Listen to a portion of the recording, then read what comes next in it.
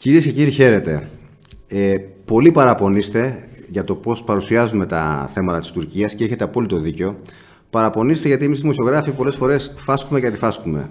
Σας γράφουμε διαρκώς, σας λέμε ότι η Τουρκία είναι υποκατάρρευση, ότι καταραίει από μέρα σε μέρα και την αμέσως επόμενη στιγμή, την επόμενη ημέρα, γράφουμε ότι η Τουρκία είναι μέσα σε όλα, συζητάει με όλους, παίζει ρόλο στις εξελίξεις και είναι πολύ λογικό να αναρωτιέσαι τι από τα δύο ισχύει. Επειδή εμείς οι δημοσιογράφοι δεν ξέρουμε τα πάντα, καλό είναι να απευθυνόμαστε πάντα σε αυτούς που γνωρίζουν και νομίζουμε ότι στο στούντιο του Μιλιτέρ έχουμε έναν άνθρωπο που ξέρει πάρα πολύ καλά την Τουρκία γιατί την έχει ζήσει. Είναι ο κύριος Πέτρος Μαυροειδής, πρέσβης επί τιμή. Καλώς ήρθατε, κύριε Μαυροειδή, στο στούντιο του Μιλιτέρ. Η αλήθεια είναι ότι σκέφτηκα να σας ζητήσω να μιλήσουμε έχοντας στο μυαλό μου ότι ήσασταν πρέσβης μας στην Άγκυρα από το 2017 στο 2019. Μου υπενθυμίσατε ότι έχετε ξαναζήσει την Τουρκία σε μια εξίσου ενδιαφέρουσα περίοδο ως πρόξενος στη Σμύρνη από το 87 στο 91. Άρα θα έλεγα ότι είστε βαθύς γνώσης της γειτονικής χώρας και πιστεύω να μας τα βάλετε σε μια σειρά. Ποια είναι λοιπόν η Τουρκία σήμερα, κύριε Μαυροειδή? Είναι μια χώρα η οποία καταραίει από μέρα σε μέρα ή κάτι διαφορετικό? Σας ευχαριστώ πάρα πολύ για την πρόσκληση. Είναι χαρά και τιμή μου να βρίσκομαι μαζί σας. Εξάλλου το site σας το παρακολουθώ χρόνια. Να είστε καλά. Και δεν είναι γι' αυτό, αλλά προέρχομαι, δεν είμαι μονάχα ότι έχω κάνει μια θητεία στο Υπουργείο Εξωτερικών 37 ετών, αλλά προέρχομαι και από τις ένοπλες δυνάμεις. Ο πατέρας μου είναι αξιωματικός πολεμικού ναυτικού, οπότε καταλαβαίνετε ότι στο αίμα μου κυλάνε και τα δύο σώματα.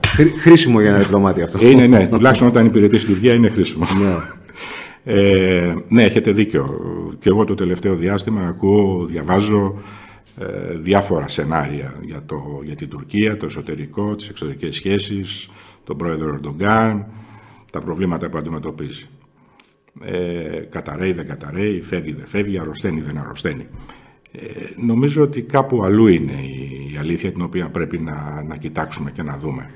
Δηλαδή, η Τουρκία με τον Ερντογκάν έκανε τα τελευταία 20 χρόνια που διοικεί τη χώρα, με διάφορες ιδιότητες, τεράστια άλματα μπροστά.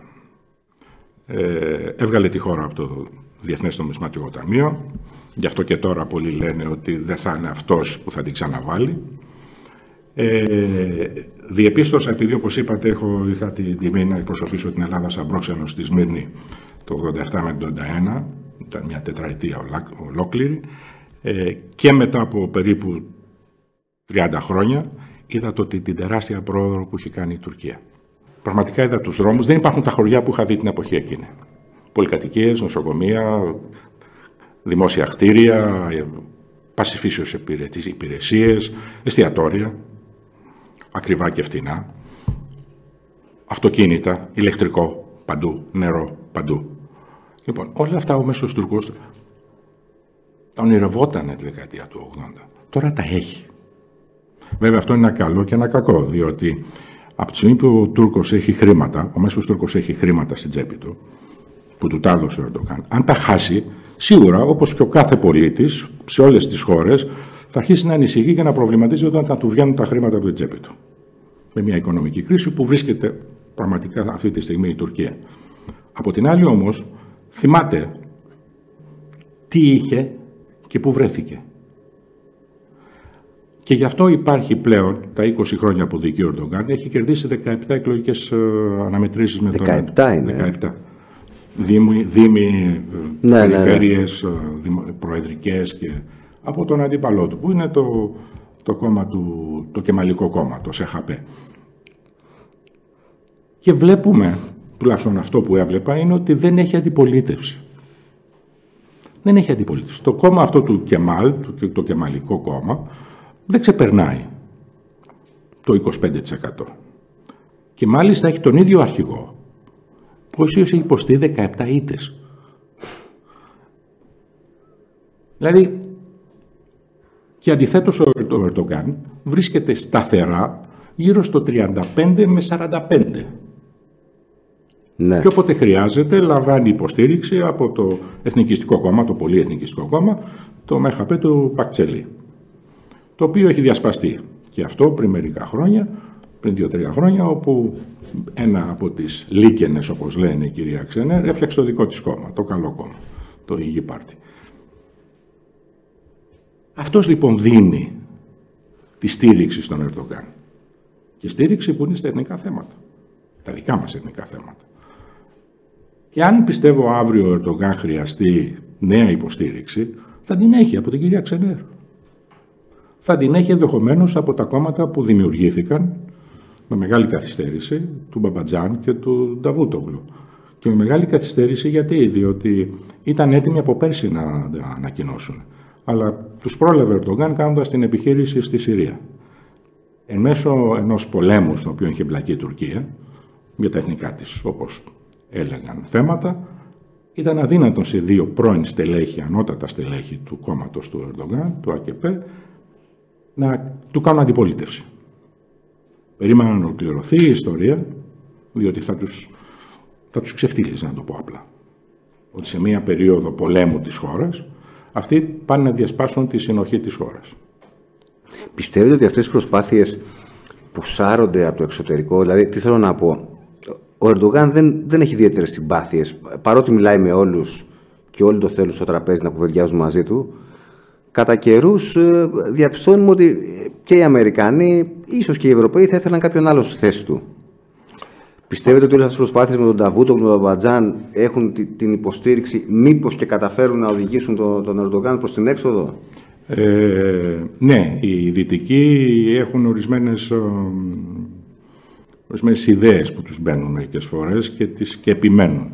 Δεν είναι μόνο στην Τουρκία. Να σας θυμίσω ότι και πριν μερικά, δύο δεκαετίες, είχαν την ίδια εντύπωση με το Μόρσι και τους αδελφούς μουσουλμάνους στην Αίγυπτο και σε όλο τον μουσουλμανικό χώρο. Και είδαμε τα αποτελέσματα. Και στην Τουρκία, το έχω ζήσει στο Πακιστάν, γιατί έχω κάνει αρκετά χρόνια, 7 χρόνια στο Πακιστάν και πιο πριν. Έχετε κάνει Ιουγκοσλαβία, Πακιστάν, ήσασταν. Ινδία. Πρέσβης των Ειδικών Αποστολών, μάλλον. Πρέσβης, όχι. Στο Βελιγράδι και στο Νέο Δελχή στην Ινδία ήμουν ο δεύτερος της πρεσβείας. Λοιπόν, το ίδιο γίνεται και στο Πακιστάν. Υποστήριζαν, δεν θέλανε τον Μουσάραφ, θέλανε τον Ζαρντάρι, διάφορες ιστορίες. Στην Τουρκία, λοιπόν, ναι, κάποια στιγμή όταν η κυρία Ξενέρ έφτιαξε το νέο της κόμμα, τη θεώρησαν οι Δυτικοί, ή ορισμένοι από τους Δυτικούς, ότι είναι το νέο ανερχόμενο αστέρι, να την στηρίξουμε. Αυτό το βλέπεις από τη συμπεριφορά αρκετών πρεσβειών στην Άγκυρα. Όχι, εγώ δεν πιστεύω ότι η Ξενέρ θα μπορούσε να είναι το νέο αστέρι της Τουρκίας, η οποία θα είναι το αντίπαλο δέος, ας πούμε, προς τον Ερντογάν. Να σας θυμίσω ότι όταν πριν ένα χρόνο η αντιπολίτευση έψαχνε ένα κοινό υποψήφιο για τις προεδρικές εκλογές, αυτή μπλοκάρισε την περίπτωση υποψηφιότητα του Γκιούλ, του πρώην Πρόεδρου. Και έτσι προχώρησε να βρει τον Ιντζέ. Είπαν επίσης, μετά την επιτυχία που είχε ο Ιντζέ, ασχέτως αν δεν, αλλά συγκέντρωσε ένα υψηλότατο ποσοστό, 48 νομίζω, πόσο 49, είπαν για τον Ιντζέ, ο οποίος την επόμενη μέρα εξαφανίστηκε. Κατόπιν βρήκαμε τον Ιμάμογλου στη Κωνσταντινούπολη, ο οποίος από άγνωστος έγινε πλέον το αστέρι. Ούτε και σε αυτόν θα μπορούσα να πω ότι θα μπορέσει να αντιμετωπίσει τον Ερντογάν αύριο σε μια προεδρική αναμέτρηση. Ναι. Διότι ο Ιμάμογλου βγήκε με όλους τους φίλους αντιπολίτευσης και των Κούρδων στην Κωνσταντινούπολη.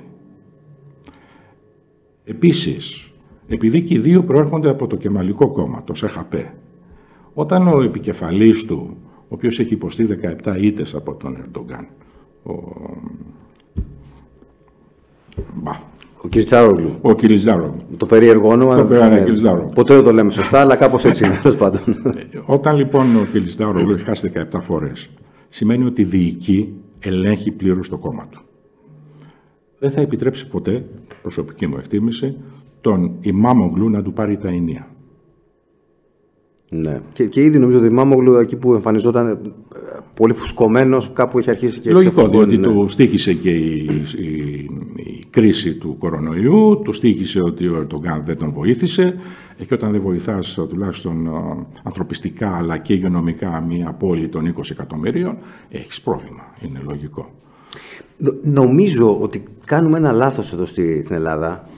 και εμείς οι δημοσιογράφοι, έχει φτιαχτεί από κάποιους μια εικόνα του Ερντογάν ότι είναι ένας παράφρον, ο οποίος, εν πάση περιπτώσει, έχει διάφορα τρελά όνειρα. Εντάξει, πολλά από αυτά που ακούμε να λέει εμείς μπορεί να μας φαίνονται παράλογα, ακόμα για αυτά περί της Οθωμανικής Αυτοκρατορίας, αλλά ξεχνάμε ότι απευθύνεται στους δικούς του πολίτες και πουλάει ένα δικό του πολιτικό προϊόν.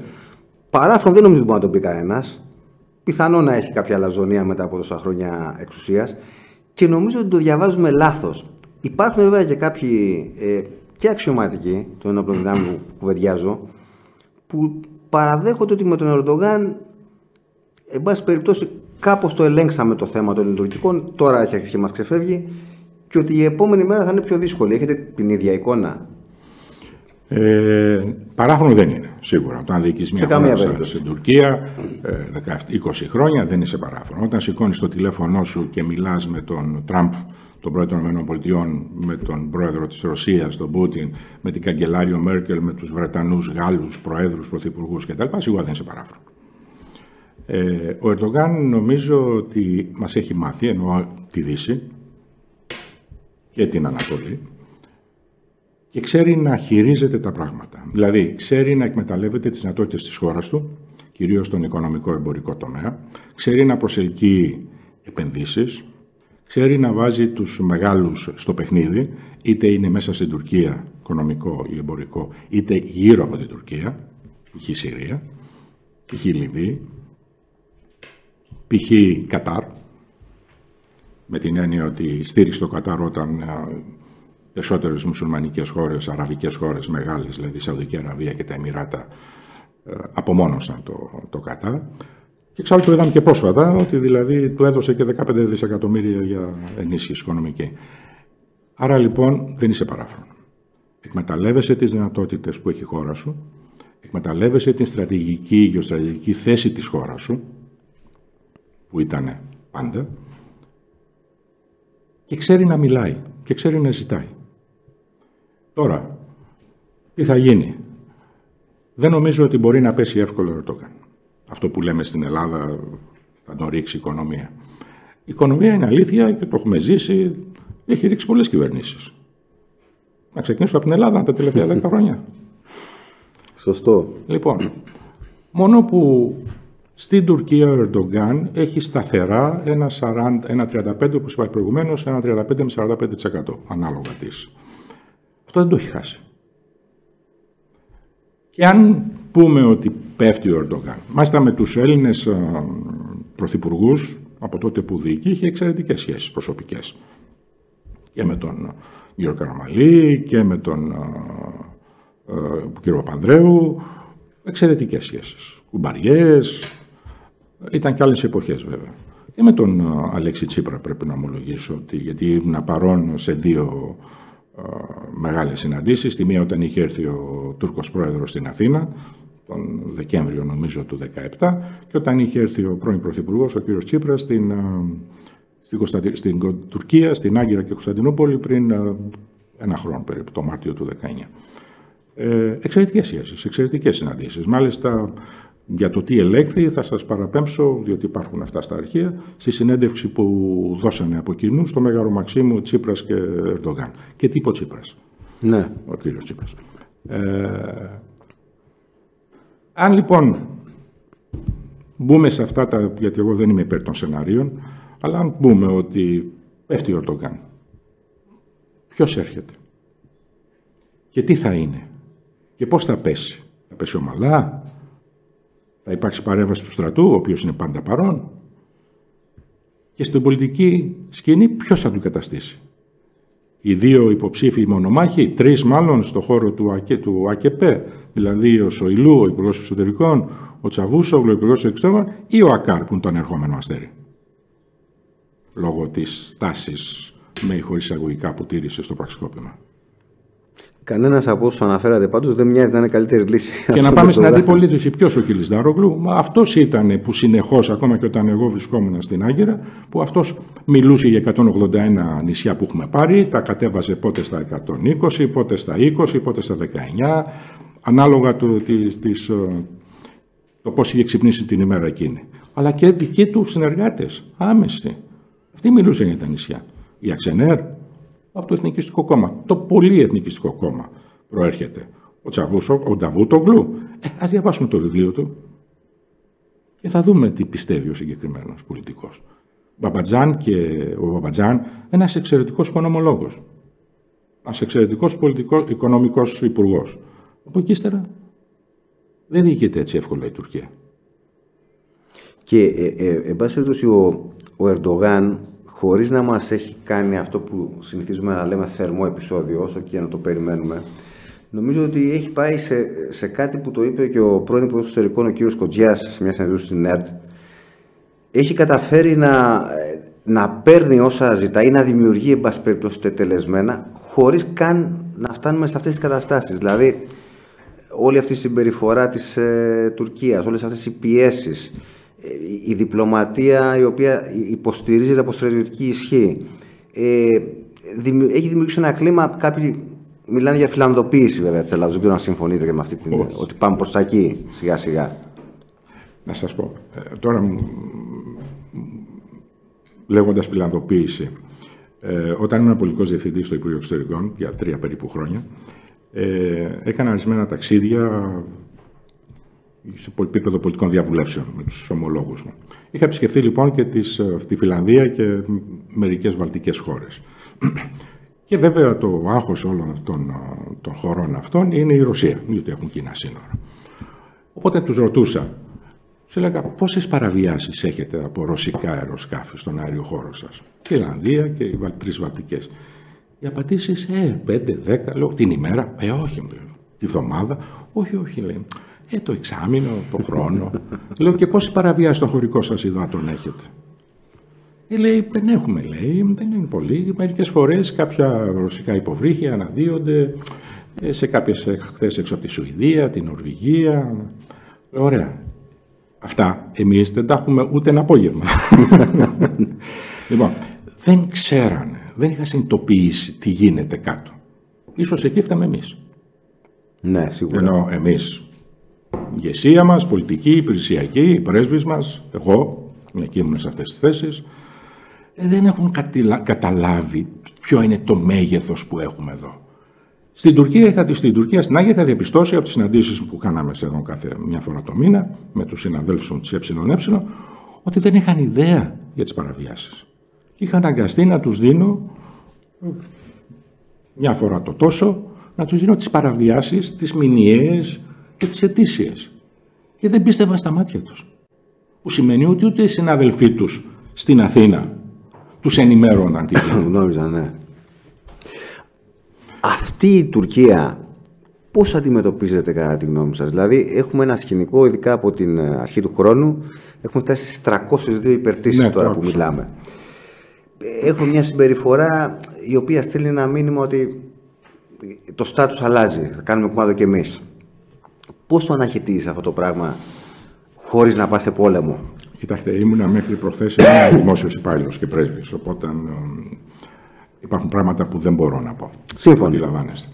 Αλλά η αλήθεια είναι ότι βλέπω, τουλάχιστον αυτό το τελευταίο διάστημα, ότι από πλευράς μας, δεν θα το έλεγα, είναι πολλοί που χρησιμοποιούν τη λέξη υποχωρητικότητα, όχι, διότι αυτό είναι τραγικό, αλλά μία ανοχή, μία αδράνεια, μία, ούτε καν, δεν ξέρω, αλλά μία ανοχή, ναι, μια ανοχή. Και στον Τούρκο, τουλάχιστον και από την εποχή που ήμουν στη Σμήνη σαν μικρός πρόξενος, εάν τον κοντράρεις, θα το σκεφτεί. Όσο δεν αντιδράσει και τα καταπίνεις, τόσο του ανοίγει η όρεξη. Αυτό το έχουμε δει δεκαετίες τώρα, δεν είναι η πρώτη φορά. Αν δεν το κόψεις, θα συνεχίσει και θα γίνεται πολύ πιο προκλητικός. Όπως είπατε, όντως, έχουμε 300. Είναι η πρώτη φορά που έχουμε στο πρώτο τετράμινο, πεντάμινο, τόσες πολλές παραβιάσεις, περιπτήσεις και μάλιστα πάνω από μεγάλα νησιά που δεν είχαμε. Και όλα αυτά πιστεύω διότι δεν έχουμε στείλει ένα μήνυμα ξεκάθαρο.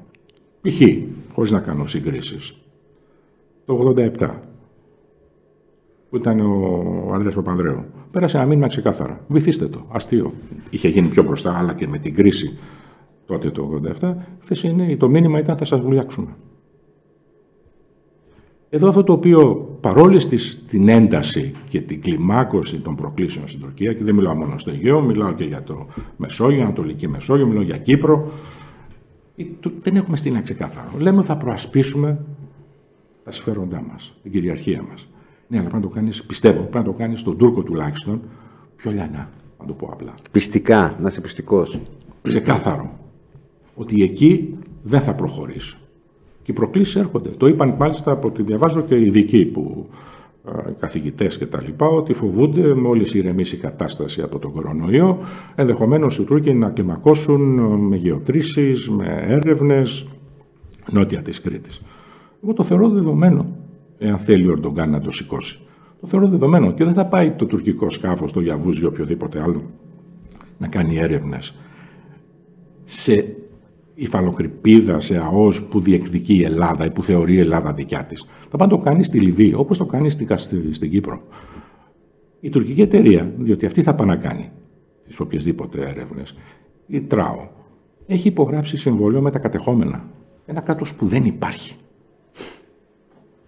Στη Λιβύη έχει υπογράψει μια συμφωνία με ένα κράτος που υπάρχει, που αναγνωρίζεται διεθνώς. Οπότε θα έχει κάθε δικαίωμα η Λιβύη να κάνει εξορίξεις, να κάνει έρευνες στη δικιά της ΑΟΣ. Πού θα είναι αυτό που υπάρχει μεταξύ μας, που υπήρχε μεταξύ μας μέχρι τώρα, κάπου η μέση γραμμή, ή θα είναι αυτό που της έδωσε η Τουρκία. Και εκεί θα έχεις ένα νόμιμο καθεστώς να αντιμετωπίσεις, στη Λιβύη. Και αν θέλει να σε προκαλέσει ο Ερντογκάν, εκεί θα το κάνει. Θα το κάνει σε περιοχή που είναι ακριβώς νότιο-νότιο-ανατολικά της Κρήτης. Θα το κάνει νότιο-νότιο-δυτικά της Κρήτης. Και τότε ποια θα είναι η θέση σου? Θα αντιδράσεις ενάντια μιας κυβέρνησης που είναι νόμιμα αναγνωρισμένη? Είδαμε τις επιτυχίες, δυστυχώς, χωρίς αγωγικά, της Τουρκίας στην περιοχή της Κύπρου. Όπου επικαλείται τη συμφωνία που έχει κάνει με τα κατεχόμενα κράτος που δεν υπάρχει. Δεν θα το κάνει με τη Λιβύη και με το Σαράζ. Λοιπόν, το μήνυμα πρέπει, και επειδή ακούω πολλούς και στελέχη της κυβερνήσεως και βουλευτές κυβερνήσεως, αλλά και από άλλα κόμματα, ότι δηλαδή τα δύσκολα ενδεχομένως έρχονται. Ναι, αλλά τι μήνυμα στέλνεις? Εγώ θέλω να είμαι σαφής ότι το μήνυμα πρέπει να είναι ξεκάθαρο. Ξεκάθαρο. Ότι θα το βουλιάξουμε αν χρειαστεί. Για να περάσεις το μήνυμα και στους συμμάχους σου και εταίρους. Ότι παιδιά δεν παίζουμε. Αυτό θέλω να σας ρωτήσω. Βλέπουμε ότι ο Ερντογκάν όλα αυτά τα χρόνια που είναι στο τιμόνι της Τουρκίας χρησιμοποιεί τη στρατιωτική ισχύ ως ένα πολύ αποτελεσματικό διπλωματικό εργαλείο. Εδώ στην Ελλάδα είχαμε πάντα μία τάση, αυτό που λέμε στρατιωτική ισχύ, να το αφήνουμε στην άκρη, πιστεύοντας ίσως ότι θα μας καλύψει η Ευρωπαϊκή Ένωση, θα μας καλύψει η Δύση, θα μας καλύψουν οι Αμερικανοί, οι εξωγήινοι, δεν ξέρω ποιος. Ήταν ένα λάθος που κάναμε. Γιατί συμβαίνει το εξής στην Ελλάδα. Όποιος μιλάει για τις άνοπλες δυνάμεις θεωρείται αυτόματα πολεμοκάπηλος. Εγώ δεν λέω αυτό. Λέω ότι είναι το τελευταίο, αλλά ένα πολύ χρήσιμο εργαλείο. Ότι κοίτα να δεις, θα σε βουλιάξω, θα σε ρίξω. Ως διπλωματικό εργαλείο. Το είχαμε αφήσει λίγο στην άκρη για πολλά χρόνια. Δυστυχώς, αν κάνει κανείς μια σύγκριση, είναι τραγικά εις βάρος μας.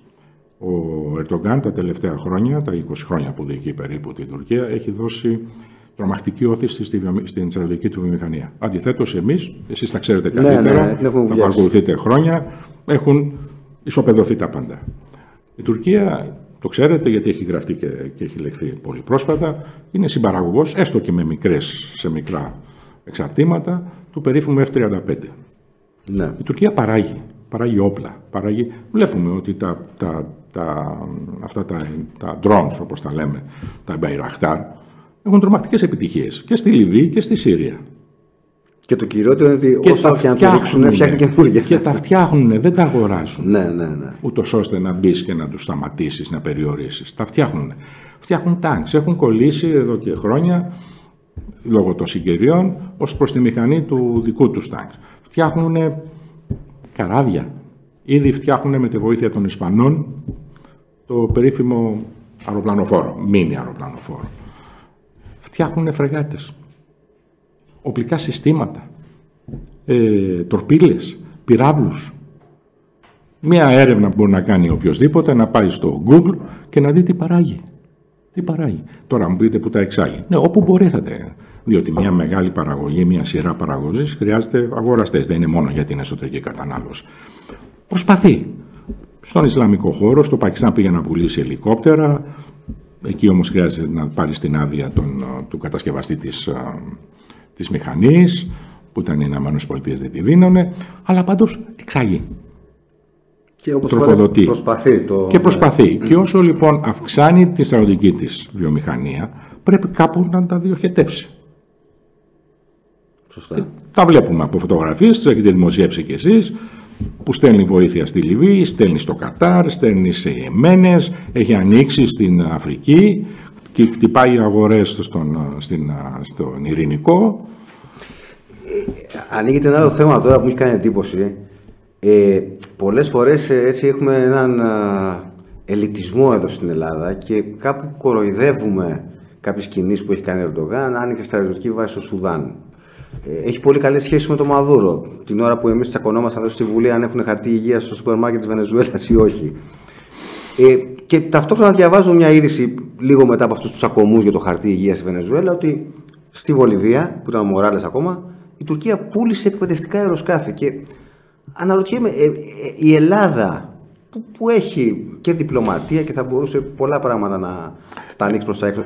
Δηλαδή, γιατί θεωρεί ότι δεν ασχολούμαστε με αυτές τις χώρες? Να σας πω, η Τουρκία χρησιμοποιεί ένα όπλο που έχει και το χρηματοδοτεί, το επιχορηγεί, τις τουρκικές αερογραμμές. Ναι. Έτσι, με αυτό μπαίνει παντού. Οι Turkish Airlines από την Κωνσταντινούπολη συνδέουν την Ευρώπη με όλο τον κόσμο, κυριολεκτικά όλο τον κόσμο. Έχει ανοίξει πρεσβείες ή διπλωματικά ή προξενικές υπηρεσίες παντού, σε όλες σχεδόν τις χώρες. Όταν εμείς κλείναμε. Γιατί δεν αντέχουμε οικονομικά. Άρα χρησιμοποιώντας λοιπόν τις τουρκικές αερογραμμές, τις πρεσβείες ή τα προξενία της, έχει μπει παντού. Έχει παντού. Και σε αυτό βοηθάει, θα πρέπει να το ομολογήσω, και η τουρκική οικονομική βιομηχανική ελίτ. Ναι. Που στηρίζει. Διότι στηρίζει Τουρκία, δεν στηρίζει κόμματα, στηρίζει Τουρκία. Για να το ξεκαθαρίσουμε, γιατί το Ερντογάν είναι 30 χρόνια. Σωστό. 20 χρόνια στην εξουσία. Επειδή αναφερθήκατε πριν στην περίπτωση του Μόρση στην Αίγυπτο, ακούγονται πάρα πολλά για τη σχέση που έχει ο Ερντογάν, που στηρίζει τους αληθούς μουσουλμάνους, το Μόρση τον υποστήριξε μέχρι τέλος, το συζητάμε. Η Ευρώπη και η Δύση δεν καταλαβαίνει ότι με το να δώσει τα κλειδιά στον Ερντογάν ίσως να επαναλάβει το ίδιο λάθος στην περιοχή της Μεσογείου, στη Βόρεια Αφρική, και ότι θα πρέπει κάπου να ισορροπήσει το παιχνίδι? Ναι, όχι, να έρθουμε στη θέση των ξένων, των ΗΠΑ, ναι. Γερμανίας. Τους συμφέρει να έχουν υποέλεγχο την περιοχή. Η Τουρκία έπαιξε το ρόλο και παίζει αυτό το ρόλο. Ασχέτως αν υπάρχουν ορισμένες κόντρες. Οι ΗΠΑ τελευταία, με τον πρόεδρο Τραμπ, αποχωρεί από το χώρο της Μέσης Ανατολής. Σχεδόν έχει αποχωρήσει πλήρως. Αφήνοντας λοιπόν το πεδίο ελεύθερο στην Ρωσία και στην Τουρκία. Διότι θεωρεί ότι η Τουρκία, σαν χώρα μέλος του ΝΑΤΟ, δεν θα φτάσει στο σημείο να συνεργαστεί με τη Ρωσία. Και βλέπουμε ότι τα μοιράσανε. Διότι εκεί που έφτασαν οι Τούρκοι στο Αφρίν, φτάσανε με τις ευλογίες των Ρώσων. Οι Ρώσοι ήταν αυτοί που τους απαγόρευσαν το τελευταίο διάστημα να χρησιμοποιούν την πολεμική τους αεροπορία μέσα στο εναέριο χώρο της Συρίας. Βλέπουμε τώρα ότι μοιράσανε κατά κάποιον τρόπο, άλλος πολύ, άλλος λίγο, τη Συρία. Βλέπουμε τώρα στη Λιβύη επίσης ένα, δεδομένου ότι κάποιοι λέγεται ότι η Ρωσία υποστηρίζει τον Χάφτα και η Τουρκία το Σαράς. Βλέπουμε τώρα οι δυο τους, Τουρκία και Ρωσία, να έχουν δραστήριο ρόλο στη Λιβύη. Και έχουν ξοπετάξει, τρέψτε μου να το πω, τις δυτικές χώρες. Η Αμερική δεν ενδιαφέρεται. Η Ιταλία θέλει να διατηρήσει τα κεκτημένα της, κυρίως οικονομικά πετρέλαια. Το ίδιο και η Γαλλία. Και αν η Γαλλία έχει στραφεί τώρα προς την άλλη πλευρά, είναι διότι βλέπει πολλούς παίκτες να είναι από τη μια πλευρά, θέλει να έχει και να εξασφαλίσει τα δικά της πετρέλαια, φυσικό αέριο που είναι στην άλλη περιοχή που είναι ο Χαφτάρ. Βλέπουμε δηλαδή ένα proxy war μεταξύ Ευρωπαίων, Τούρκων, Ρώσων, Αράβων εκεί μέσα. Πού θα βγάλει? Όπου και να βγάλει, ο Τούρκος είναι κερδισμένος. Και είναι κερδισμένος γιατί εμείς αυτό το παιχνίδι που περιγράψατε δεν προσπαθούμε καν να παίξουμε, νομίζω. Μετά τον Καντάφη είχαμε αυτές τις σχέσεις που είχαμε και τη συνεργασία οικονομική, ανοικοδόμηση της χώρας κτλ. Ναι, μετά τον Καντάφη η αλήθεια είναι ότι κατέρευσε και εξάλλου δεν θα σου επέτρεπαν και ορισμένες δυτικές χώρες, ευρωπαϊκές χώρες, κυρίως η Ιταλία, η Γαλλία και η Αγγλία, μην ξεχνάμε ποιοι ρίξανε και τον Καντάφη, έτσι, να μπεις μέσα και να διεκδικείς. Αλλά θα μπορούσες. Θα μπορούσες να έχεις στηρίξει τις επιχειρήσεις που ήταν και όπως το έκαναν οι Τούρκοι, να υπογράψεις κάποιες συμφωνίες ότι αύριο θα μας δώσεις αυτά που μας χρωστάς, θα μας βάλεις στο νέο παιχνίδι της ανοικοδόμησης. Όπως το κάνει ο Ερντογκάν στη Συρία. Δηλαδή οι περιοχές που υποτίθεται ότι έχει καταλάβει στρατιωτικά, όχι που τις έχει καταλάβει στρατιωτικά, λέει να τις ανοικοδομήσουμε με λεφτά των Ευρωπαίων και των Αμερικανών, που θα τα δώσει σε τουρκικές εταιρείες για να χτίσουν σπίτια και πόλεις για να μπουν οι πρόσφυγες στη Σύρια να επιστρέψουν στις αιστείες τους. Δηλαδή, παιχνίδι χρειάζεται, αλλά χρειάζεται όταν έχεις πίσω σου στήριξη. Εδώ οι δικές μας επιχειρήσεις αντιμετωπίζουν σοβαρά προβλήματα τα τελευταία χρόνια με τα μνημόνια, τώρα με την κρίση την υγειονομική. Λοιπόν, όλα αυτά χρειάζεται ένα συντονισμό, κάτι εν πάση περιπτώσει που δυστυχώς να είχατε δίκιο, δεν το έχουμε. Δεν αναλαμβάνουμε πρωταγωνιστικό ρόλο ούτε καν στα Βαλκάνια. Όχι, το εγκαταλείψαμε. Δηλαδή, είχαμε αναλάβει ρόλο. Ναι, είχαμε αναλάβει ρόλο. Διότι είχα την τιμή να θέσει ο τότε Υπουργός Εξωτερικών, ο κ. Σκοτζιάς, αυτά τα οποία τα μέτρα οικοδόμησης συνομιλίες με τους τότε Σκοπιανούς, Βορειομακεδόνες, τα περίφημα μέτρα οικοδόμησης εμπιστοσύνης, τα MOU, όπου για 2 χρόνια περίπου είχα τακτικές συνομιλίες με τους ομολόγους μου στα Σκόπια, όπου ήταν πολύ επικοδομητικές. Δηλαδή δεν ασχοληθήκαμε με το να φτιάξουμε τη νέα συμφωνία των Πρεσπών, καμία σχέση. Απλώς η εντολή που είχα και που είχε και συνάδελφός μου τότε Γενική Γραμματέας του Σκοπίων ήταν να φέρουμε κοντά τα 2 υπέξεις καταρχήν και να φέρουμε κοντά τις 2 δημόσιες διοικήσεις. Δηλαδή πρέπει να σας πω ότι ο αστυνομικός διευθυντής στην Ιδωμένη, που εδέσαμε πριν, δεν χαιρετούσε, και με την κρίση κιόλας, δεν χαιρετούσε τον ομολογό του από τη σκοπιανή πλευρά, γιατί φοβόταν ότι αν τον βγάζα μια φωτογραφία θα τον θεωρούσαν ότι αναγνώρισε το Σκοπιανό, το Μακεδόνα κτλ. Και δεν τολμούσε, διότι ήξερε ότι ο ταλέπορος ότι αυτή είναι η ελληνική πραγματικότητα. Θα φύγει από εκεί την περιοχή της Ιδωμένης που είναι το χωριό του και η οικογένειά του και θα βρεθεί στην Κρήτη, στο Καστελόριζο. Λοιπόν, αυτά προσπαθήσαμε να τα φέρουμε κοντά. Και πρέπει να πω ότι κάναμε πάνω από 60-70 ώρες συνομιλιών τη διετία που ήμουν εγώ. 3 φορές η συνομιλήτριά μου αναφέρθηκε στη χώρα της με τη συνταγματική ονομασία. Μάλιστα. Αυτό έδειχνε το σεβασμό και την ευαισθησία στις κόκκινες γραμμές μας. Ειδικά δε με τα Σκόπια, επειδή το αναφέρατε, κλείσαμε ένα μεγάλο κεφάλαιο, η οποία εμείς τουλάχιστον στο Υπουργείο Εξωτερικών πραγματικά δίναμε αγώνα τα τελευταία 25 χρόνια.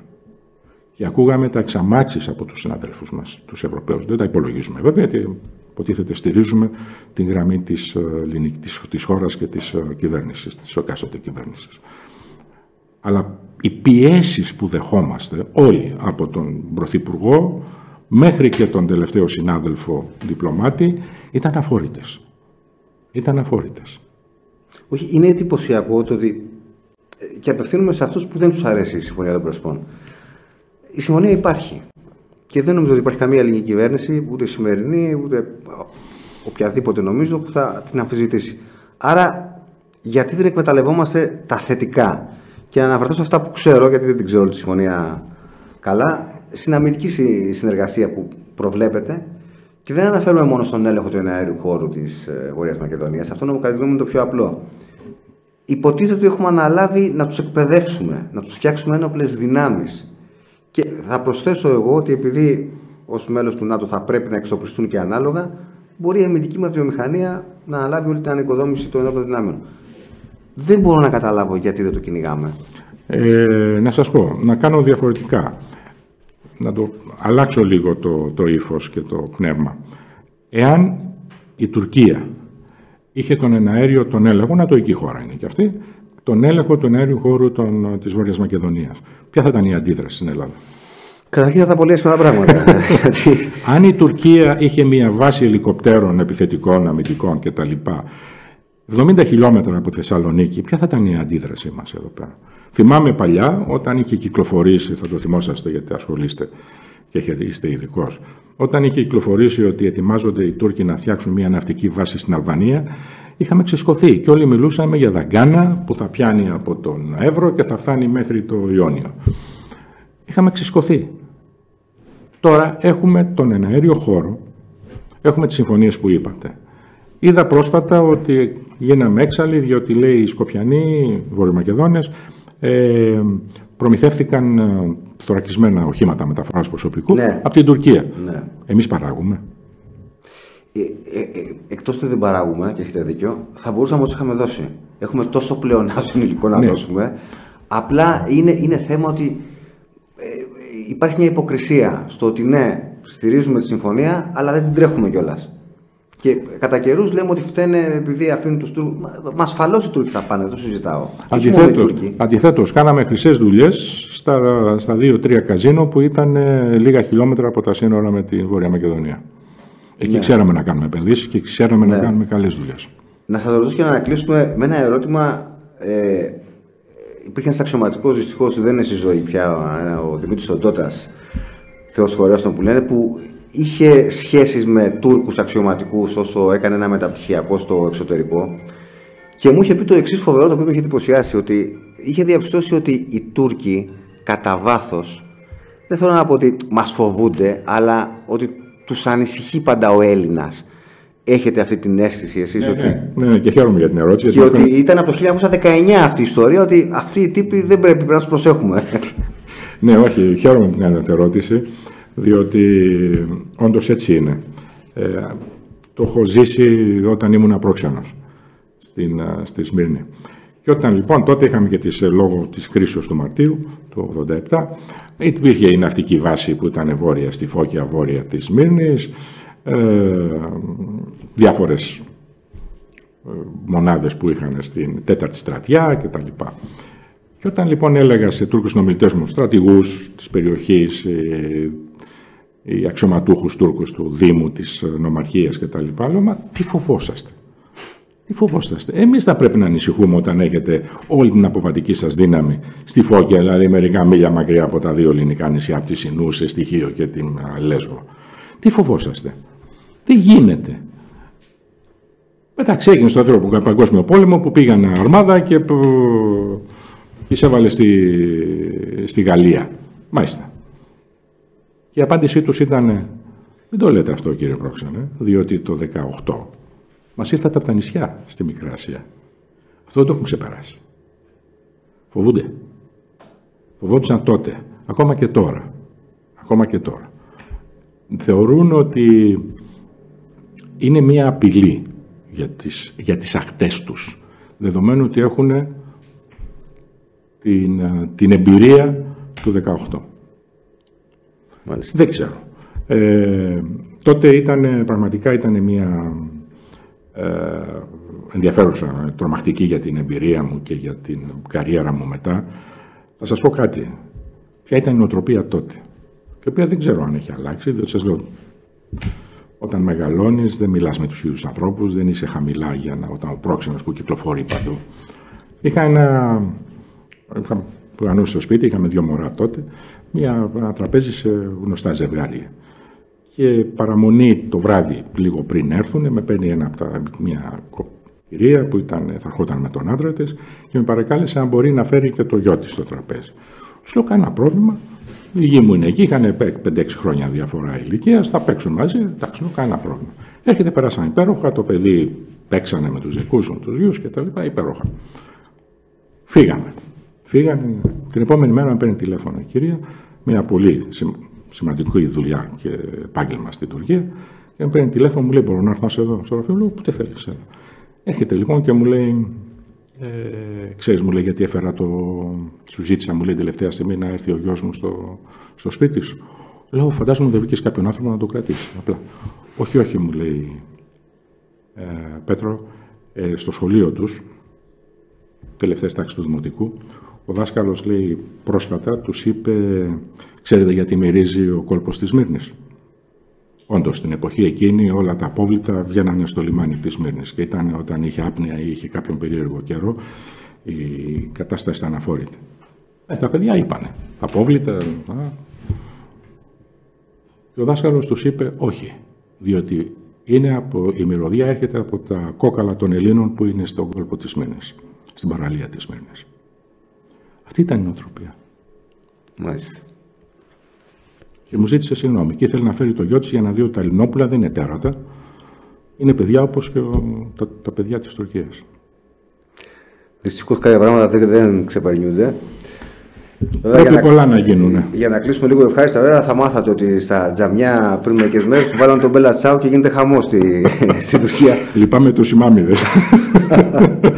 Κύριε Μαυροδίδη, σας ευχαριστώ πάρα πολύ. Ήσασταν πολύ διαφωτιστικός. Θα σας ενοχλούμε συχνά από εδώ και πέρα. Είμαι στη διάθεσή σας. Ευχαριστώ πολύ. Ευχαριστώ πάρα πολύ.